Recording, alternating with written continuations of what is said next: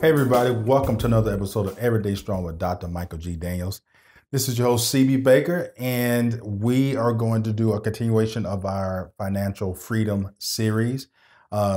Today, Dr. Daniels, we're going to cover the stages in which you are at in life the stages at which you're at in life to start your financial freedom process. So today we're going to talk about, what we will say, let's say 18 to 35-ish, or in that range. You're 18 to 35, you're just starting out, whether you went to college or getting out of college or out of the military. I believe I got a couple of friends that retire like at 42, because they do the 20 years after 18. Now they're out the military. What do we do? And that's a good question, because most people who are just starting out, even though we tell them, let's say, to live off 80% of your income, and let's say you've gotten to 80%, the question is, what do I do with that other 20%?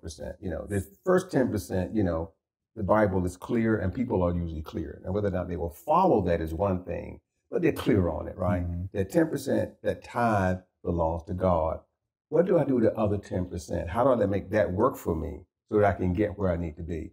So if I'm at that beginning stage of life, young family life, or, even single or whatever, where do I go? The first thing, as you probably know, is that many people don't even have a mechanism to save. They don't even have bank accounts. Many people deal with cash, which is the worst thing to do. And so a lot of times what people will ask me is, well, where should I put that money? Should I put it in a credit union, a bank? Should I buy a mutual fund? Should I buy some stocks? And what I tell folk is simple. Number one is that you want to put your money where you get the best return. Now, if you're only putting away $20 a week, you're not going to get the return of someone who's putting away $20,000. That's right. But you can still get a good return. And oftentimes people will look at, do I go to a credit union? Do I go to a bank?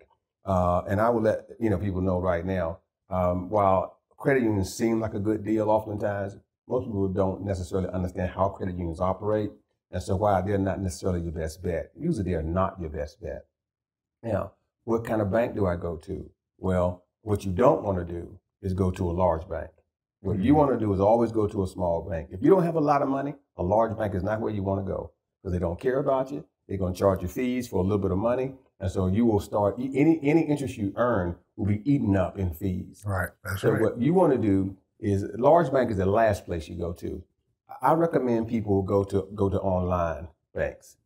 A couple of reasons. Number one, online banks have low overhead. Online banks are still insured by the Federal Deposit Insurance Corporation, which means your money is still guaranteed by the government. But they give you higher rates. For example, the average bank right now on a checking account, if you got $100 in, you get zero interest. If you go to a bank that's online and does online banking, like for example, American Express has online banking, on checking accounts it's 2%. I don't care how much money you put in, it's 2%. So already you're getting 2% more than you would have gotten if you were at a local institution. Right.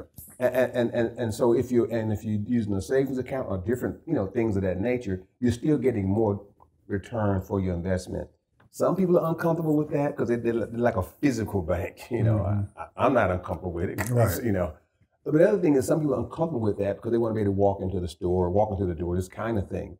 Well, if you feel like you have to do that, then you want to go to a small community bank, because again, they want your business more. So they're going to give you more interest rate, give you better interest rate. Then a credit union. The last place you want to go is a large bank. That's the last place you want to go. So at any rate, the other reason why I recommend online banking is because even though it's not harder to get your money out, mentally it seems hard to get your money. So you're less likely to dabble with the money. Right. If you can drive down the street and see, Wells Fargo, you're more apt to go in. Right. If you don't see the bank, you're less apt to go in. And a lot of the online banks don't issue you a series of checks. You have to ask for a check, and you can always use a ATM card to pay your bills. Right. But again, it helps you to save more that way. So that would be my first thing I would suggest to people. The next thing is, what am I saving for, right? And I would say to anyone that is not a homeowner, of course, that's your next step. Now, if you look at millennials nowadays, what we find is that millennials are less likely to buy homes than other generations. Right. They're more likely to continue renting. The problem with that is simple, is that it does not stabilize your expenditures. Mm-hmm. Anytime you're renting, as you know, your expenditures are controlled by someone else. Right. So they can keep increasing. And that's for most young people, that's their largest expenditure, and that is housing. So your expenditure keeps increasing every year, so you're not in control of that expenditure. So then as soon as you can, you ought to look at how can I buy my home? Because that way you have stabilized. Now, I don't consider buying a home until I have saved a minimum of 2 months' salary, because that should be my goal right there, is 2 months' salary, saved up that I'm not going to touch. That's my emergency money. And then I look for how do I stabilize my expenses and move that way. Yeah, I mean, good, sound advice. And I got to say it because, I mean, I'm certified in the 10X group. The one thing I will say to people out there that want to buy a home, before you plop down $250,000 on a single family home, look at a quadplex to plop down $250,000 in and live in one unit and let the other 3 units pay down the note and pay for you to stay there for free.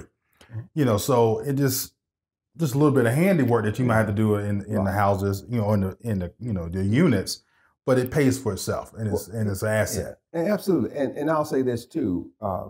If you're going anytime, no matter where you are in life, right? And I don't want to jump too far out of, dealing with the people who are in that category. Anytime you're going to buy a home, you never want to buy a home that doesn't have built-in equity. Right. Never. Whether you got to make repairs or not. You never buy a home that doesn't have built-in equity. And that's why, oftentimes people will assume that the real estate agent is their friend. Let me tell you, a real estate agent is not your friend. Yeah. The real estate agent is trying to make money. So you don't go to an agent thinking that person is going to give you the best deal. No, that person is going to make the deal that's best for them and not what's best for you. Mm-hmm. So you have to look out, do your own homework and say, which home gives me the best equity? Sometimes the best equity is not the best looking home. Mm-hmm. You know what I'm exactly. saying? That's right. But that's where I start out with savings. And again, that helps you in the long run because you're not looking at buying your last home. You're looking at buying your first home so you can stabilize expenses. Mm-hmm. And once you stabilize expenses, then you start looking at other things you need to deal with, like my children's education, you put on the aside for that. You start looking at things like, well, what kind of car do I drive? And it's the same process you're looking at. And that is, how do I minimize the losing money by buying a car? Mm-hmm. Because again, oftentimes young people, when they go to buy a car, they don't think about it in that way. But if you buy a car and as soon as you drive it off the lot, you lose money, because cars depreciate really quick. As soon as you hit the pavement of that street, it's gone. It's sign the paperwork. Yeah. That's it, right? It's now worth less than you paid for it because now it's no longer a new car, even though you haven't even driven it yet. Right. Once you own it, it's not a new car anymore, right? Right. Unless you are another dealer that's buying it, but if it's a personal sale, it's not. Well, a home appreciates somewhat. Hopefully your home going to appreciate. Right. But what you know is your car will not depreciate. Will not appreciate. What we also know is that all cars don't depreciate at the same rate. That's correct. Right.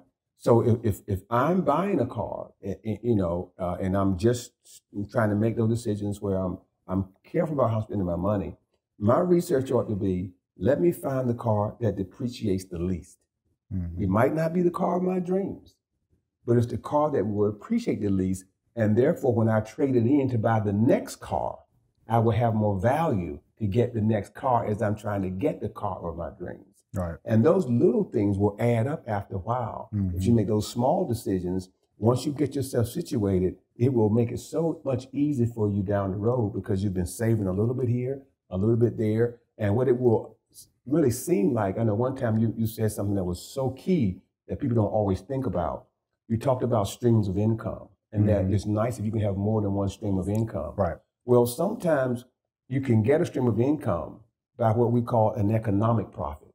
or not incurring an economic loss, right? Because the opposite of a loss is a gain, right? So if I'm not losing money, in a sense, I'm kind of gaining money. So if I can walk out of a deal better than I would have, I've kind of had a stream of income, right? For example, if I buy a car, for example, Toyotas tend to retain their value pretty well. Okay, so if I buy a Toyota, let's say, and at the end for $10,000, and in 3 years it is valued at $8,000, and then I could buy a Chevrolet, and at the end of 3 years it's valued at $5,000. One gives me an $8,000 advantage over the other one. So in a sense, I have a $3,000 stream of income when I go to trade in. Right, that's right. Because I got more trade-in value on one than I do on another. So if I do it that way, that gives me, in a sense, a stream of income that I hadn't banked on because I have an extra $3,000 in trade-in.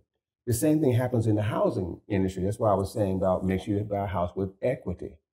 Not based on how good it looked, but equity. Because now when I trade up, I got more money to trade up. And that's like another stream of income in a sense. So that kind of helps me build on what you were talking about, in a couple of podcasts ago, or having different ways of having your money making money for you. Yeah.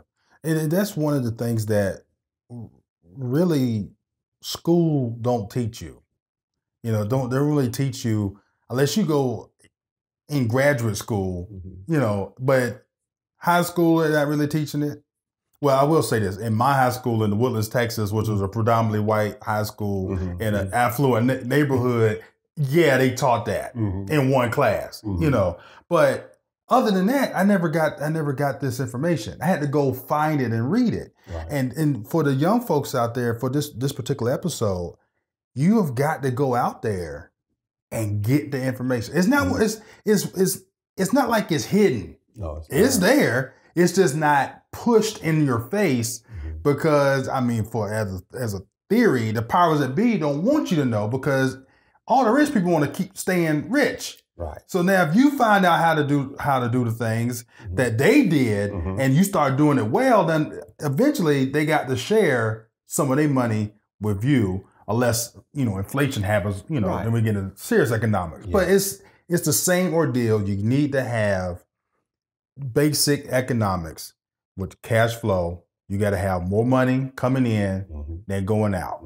And then we talked about that 10%, which gets everybody, I don't care who you are, Pastor, that 10% be looking real good when like tax time come around, now the government's freed up, it's back to work.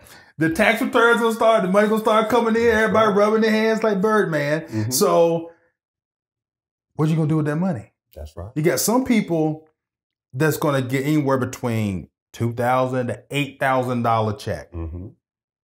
And we all know the people. They get it and they balling out for the next 2 months. They all in the club and making it rain and everything. They spent before they get it. Right. Just imagine what would happen if if you could take that 8,000 and sit on it. Right. Or passively invest it, and then the next year you got another 8,000. Now you got 16,000. Now you got something you can work with. You're moving forward, and like you said, because again, the premise we were looking at is we're at the 80-20, already, right? Because if I'm not at 80-20, I need to take that money and pay down some bills so I can get there. But if I am there, like you said, if I have my 10%, now I say again, well, what do I do with it, right?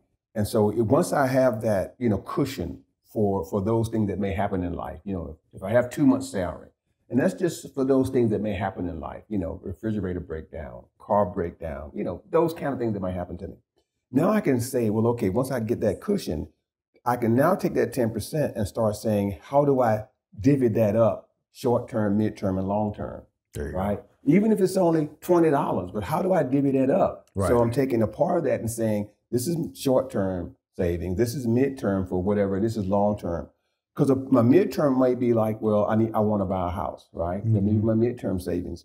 My long-term, of course, is going to be, it could be for my college for my children, because it may be another 15 years and they're going to be going to college, that kind of thing. Or it could be for retirement, depends on whether or not I have children or I plan on having children. But let's say that, I do say, well, you know what? I do have 2 children, so I want to start putting a little bit aside, even just $10, every pay period for college. And I know some people will say things like, well, we can get government grants. You don't know the government grant is going to be available. Exactly. Number one. Right. The other thing is this: if your income keeps increasing, you don't know if your child will be eligible for a government grant. And your hope is your income will keep increasing. Right. And you certainly can't bank on your child getting a scholarship because, you don't know they're going to be able to be that competitive, even if they are smart. Right. There are other people vying for those same scholarships. But let's say your child does get a scholarship. If you have saved that $10 every pay period from the time that child was 3 years old, you have a nice piece of money. If the child then does get the scholarship, then now you can do exactly what you just said, right? Now you got a big piece of money that now you can look at, okay, well, I can transfer that because now as you move through life, what was long-term now becomes your midterm or your, short-term, because now you've moved up years. Right. So now I can take that money and say, wait a minute, I got an extra $30,000 sitting here that I had saved for education. But now it's short-term because I've moved up some years. Right. And you can take that and decide, okay, well, what do I do with this money now? Well, I might say, okay, I'm going to take, 5%, and I'm just going to take a vacation with it, right? Or whatever, Right. And then I'm going to take this extra money, I'm going to move maybe 50% of it to long term because now I'm at a different age, right? Where I got to start planning for retirement, and I'm going to take some of the money and move to midterm because there might be some other things I want to do, whatever fits your lifestyle at that point in time, and you keep making those adjustments as you keep growing up through your life cycle, and before you know it, you are financially stable, only because you start investing $10 a week, or $20 a week, but you maneuvered your money so you could be at a certain place. Again, for millennials, I can't stress enough the idea of home ownership so you can stabilize expenses. Because if I do have a home and I buy the home in 2019, let's say, 20 years from now, that mortgage payment is going to seem like nothing to me. As a matter of fact, if you buy a home in 2019, 20 years from now, you should no longer have a mortgage payment, right? Right. You really shouldn't have a mortgage payment. Right. That's right. Right. Because there's no reason, and I say it's to all millennials, and if you're not a millennial, I say to anybody, never pay off a mortgage as if you're going to keep it over 15 years. Never. It makes no sense. And you can pay off a mortgage in 15 years with putting minimal extra to it. You can pay off a mortgage in 20 years without putting one extra dime to it. And those are the little things that, like you say, you don't learn in school. Right. That people don't always think about, but you can do that. For example, let's, a person is 25 years old and they buy their first home, right? And I mean, you probably would want to keep moving up till you get to your dream home, but let's just say you still just, be in your home. And I get a 30-year mortgage, but I want to pay it off in 20 years. Without paying one dime extra, all you do is start paying a month earlier than they told you to start. Right? Because you always, when you buy the first home, when you do your prepays, the first month you don't pay a mortgage payment. Right. Right? But you do it anyway. But you don't pay the mortgage payment, you pay the principal. So the first month you say, you know what? Take this money and put it to the principal. And so that means you're a month ahead, right? Right. So when the next year come around, you're still a month ahead. So you take that first month and first new year and you say, put it toward the principal. If you do that every year in 20 years, you would have your house paid for. And you would have not paid one dime extra. Right. That's your payment wouldn't have increased, but you would have taken a 30-year mortgage and paid it off in 20 years. And look at all the money you would have saved. So if I'm 25, that means now I'm 45 and I don't have a mortgage payment. And if you bought right, you got all that equity in the house. And then it's worth way more than what you paid for it. Right. It changes the whole scope of things. When I was in college, but you're right, colleges don't always teach you this stuff. When I was in college, and I may have mentioned this before, an instructor, Dr. Choi, he was on loan from Japan. And he said the American dream, he was talking about the American dream. He said the American dream is one that's so easy to obtain, And his point was that if you start out buying a house when you're young and you keep doubling what you buy. He said, then when you get older, you just sell the house, you got all that equity. And if I got $1 million house and I sell the house, all of a sudden I got $1 million. I got $1 million right. that I can use for whatever I want to use it for. Right. And I can take that $1 million and invest it right. And let's say I get 5% on an investment off $1 million. Well, most retirees can live off $50,000. Yep. Oh yeah. Yeah. Plus you're still getting your retirement benefits. Right. And so, I mean, those are some simple things that, as far as what do I do with that money? What do I do with the extra money that I'm getting now that I'm there? And you just have to be consistent, in doing that. Yeah. The consistency and the self-discipline that comes in, and the self-awareness of how your behavior is. Mm-hmm. Like if you're like me, and I'm an Aquarius, so I'm very impulsive. Mm-hmm. So I've got to set aside 5 to 8% of just this is from when I want to go to Vegas this weekend. Mm-hmm. Boom. I got credit card with points, and I use the stuff, bam, bam. So that don't cost me nothing to fly out there. I'm flying on my points. For now, I got the hotel stay. My wife is a travel agent. Shout out to her. Then boom, she gets us a nice room for cheap. Mm-hmm. So I understand my behavior. So then I got that little, like my dad would say, the little kitty set up over on the side for me to be able to use on a random vacation, or even if it's a staycation, if you go to Virginia Beach for the weekend or something. So just, that's what I did for me. And when I tell other people, when I'm counseling them and coaching them, it's like, oh, you got to understand yourself. Like if you know that when that tax return money is going to come in, you're going to go on vacation, right? How much is it? Take that money out, and then take the remainder money, and then to take another piece of advice is open up another account that you got to have somebody that you trust dearly, where it's got to be 2 signatures on the account in order to get the money out.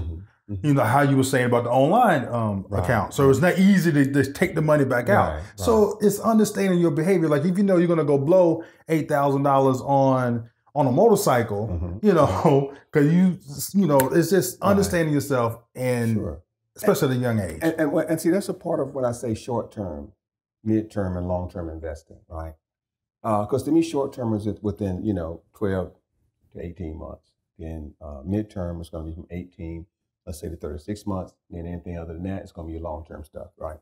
So let's say I want a vacation. Well, to me, that's a part of what I'm going to be doing, right? So a part of that money, if I got $10, if I'm gonna put a part of that money and say this is for my short term, and that might be for the vacation I want to go on. I may want to go because it is essential that you reward yourself for saving. That's essential. And if you don't reward yourself, you won't repeat behaviors. That's just psychology 101, right? Reward causes repeat behaviors. So that's in a short-term savings will be just what you're saying, is that I'm put some aside so that I know that this will be for that vacation. And I would suggest to everyone, you should vacation every year. That should be a part of your saving strategy, that every year I'm on vacation. But your strategy has taken account, again, something that you just said, which was what? It might be a staycation rather than a vacation. Right. So for those who don't understand that, vacation comes from the word vacate, to leave where I am. Staycation comes from the word stay, to stay where I am. Right. And so, again, especially in this area, staycation can be done and you can have a tremendous time. Reason being is what? Thousands and thousands of people leave where they are to come to where we are to vacation. That's right. That means that there are a lot of things here to do that we who live here don't always take advantage of. But you can staycation and just take advantage of those things. So do what the vacationers would do.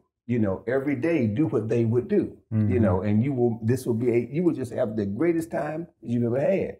But sometimes you do want to get away.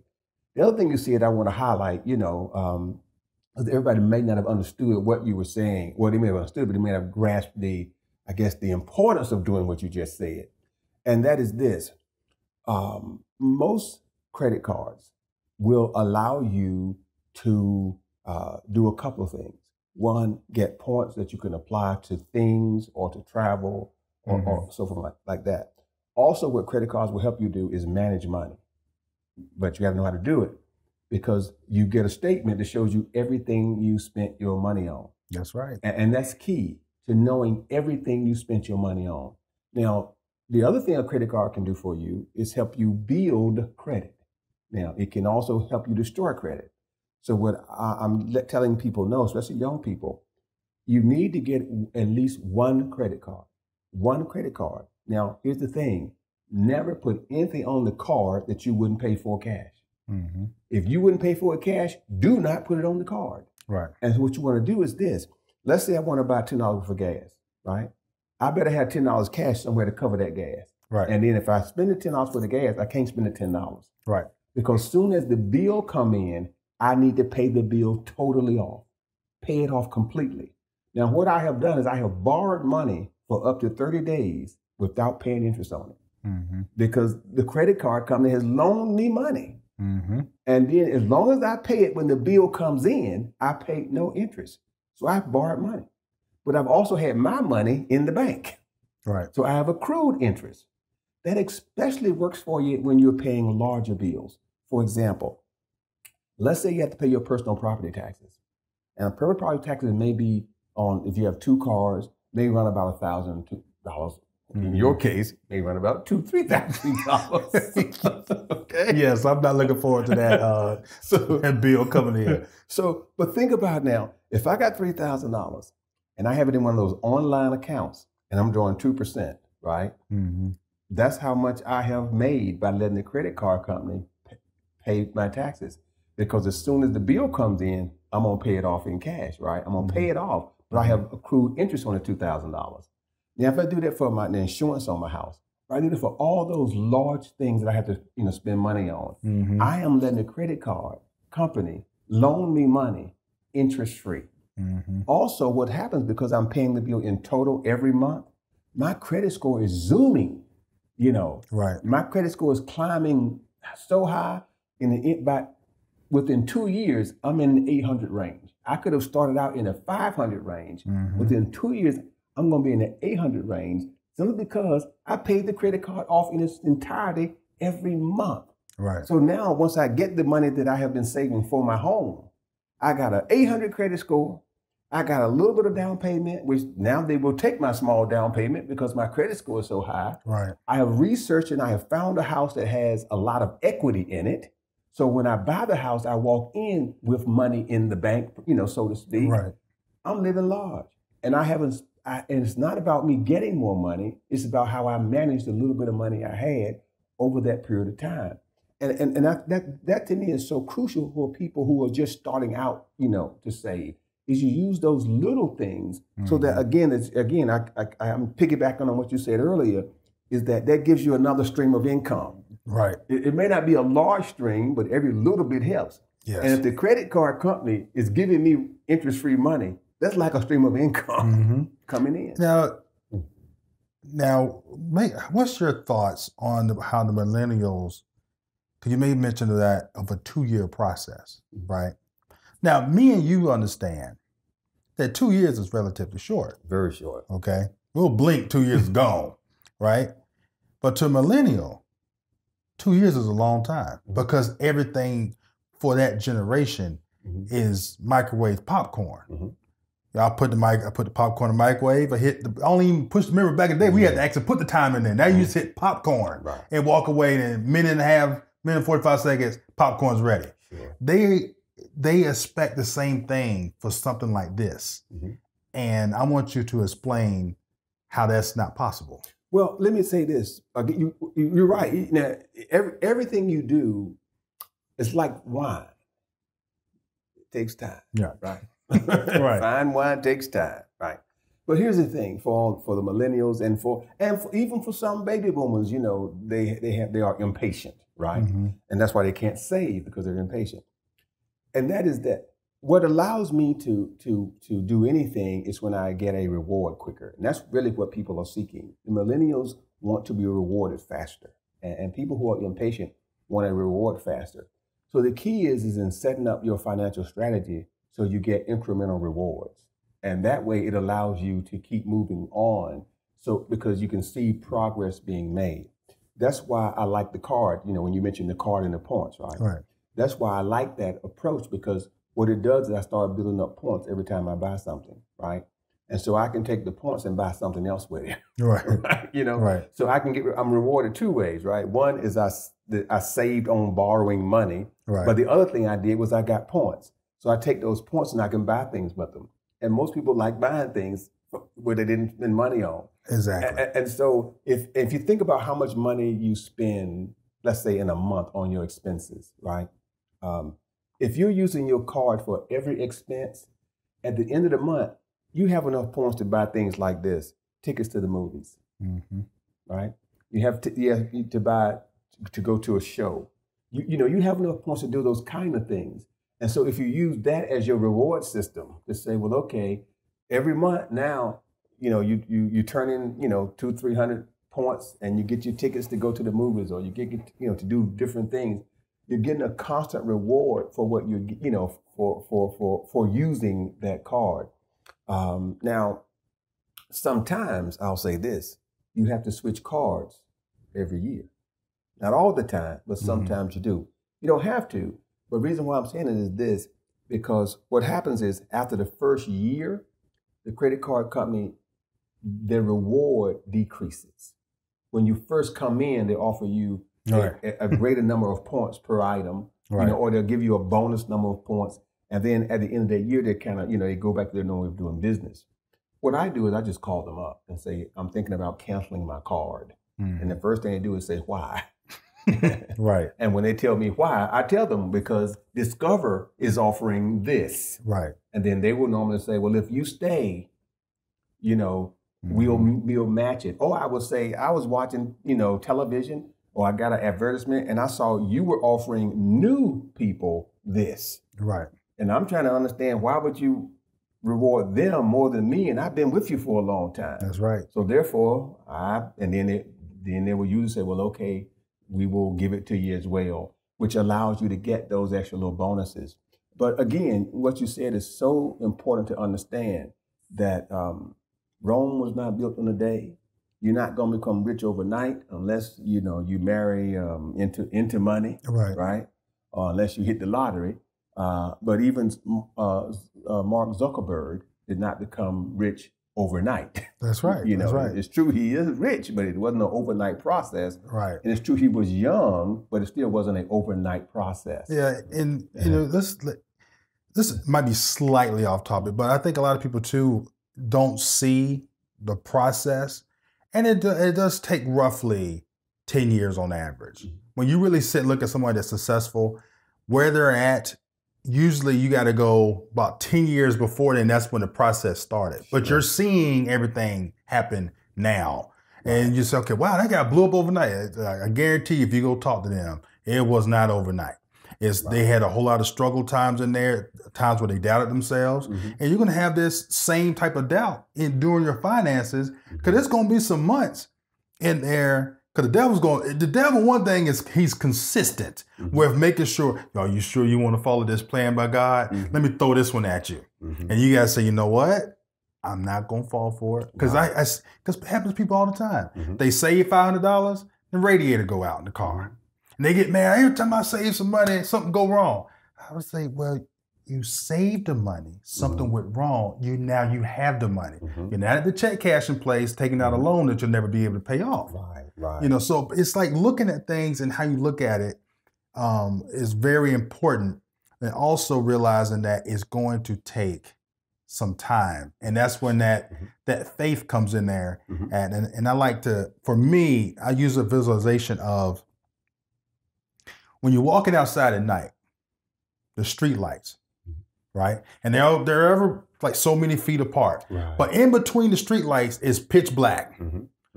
Now you can maybe see the other light, but you can't see on your sides. But you say, if I keep going this direction, I'll get to the next light. Sure, absolutely. Faith is the same way to me. It's like I'm in the dark. Something can pop out at me. It's your own fear that's causing that. But if you got faith that it's going to work out, then your fear goes away. Absolutely. Yeah, I couldn't agree with you more. And again, and that's why the plan requires, again, something you said a while back was writing it down, right? Right. You want a written plan, because it has to be adjusted every year. because what was midterm next year will be short term, right? Because as you keep moving out, and so you're adjusting it every year.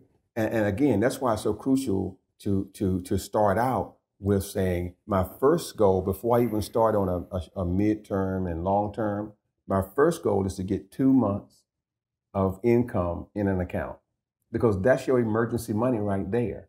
And so now all your savings goes away from your emergency money, but it goes to that midterm, that long term and so forth and so on kind of savings. So now you feel less trapped when something happens, because you know that, okay, that's what this money was for. This money was for that emergency. Mm-hmm. And if you want to, you just call it emergency money. Mm-hmm. And now you don't feel so bad about it, because you still have, I'm putting money here, I'm putting money out there. And so once you pay for whatever that was, you still put that same percentage that you were putting in that short term right back in there. Right. So you're still replenishing it, but you're still replenishing a long term too. So once you get over that initial period where you have stocked up your emergency money, you never stop putting money in the other accounts. You never stop doing that, even as you're trying to replenish the one that you just, spent money out of. That way you still see the other ones continue to build. If you don't see them continue to build, what you said is so true.